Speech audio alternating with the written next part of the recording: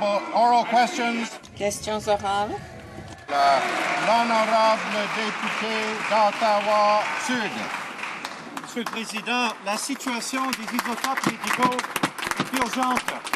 À chaque jour, 5 000 Canadiens et 60 000 patients à travers le monde dépendent de Chalk River.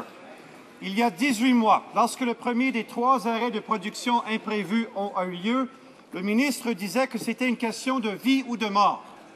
Le premier ministre abondait dans le même sens, disant qu'il s'agissait, et je cite, d'une menace à la santé humaine. Quand la production d'isotopes médicaux reprendra-t-elle à Chalk River, si elle reprend un jour? L'honorable ministre des Ressources naturelles. Merci, Monsieur le Président, et merci pour la question.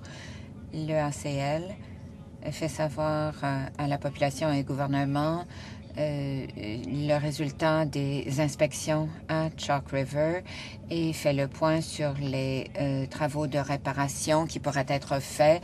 Le ACL fait ça sur son site web et nous fait des rapports quotidiens.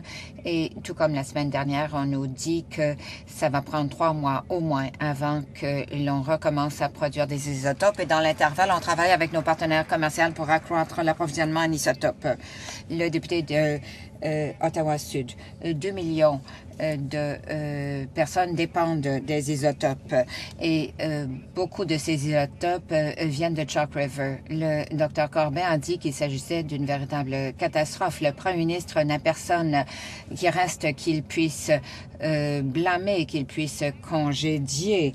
Le Premier ministre peut-il nous dire quand et d'où viendront des isotopes, un approvisionnement sûr?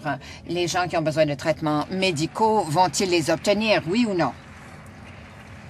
La ministre de la Santé. Monsieur le Président, les Canadiens peuvent avoir confiance dans les mesures que prend notre gouvernement. Nous avons pris des mesures à court terme et nous cherchons des solutions à long terme. J'ai été en contact avec les intervenants et je peux vous dire que nous utilisons un programme d'accès spécial et des essais cliniques pour offrir l'accès aux isotopes aux Canadiens. Je vais continuer à travailler avec les provinces et territoires pour régler la question. Le député d'Ottawa-Sud. Monsieur le Président, il y a à peine 18 mois, le Premier ministre disait que c'était une question de vie et de mort. Mais MDS Nordion dit aujourd'hui que le gouvernement n'a pas, et je cite, de plan à long terme pour l'approvisionnement en isotopes médicaux. Le docteur Christopher O'Brien de l'Association médicale canadienne dit qu'il n'y a tout simplement pas assez de réacteurs qui existent qui pourraient remplacer Chalk River.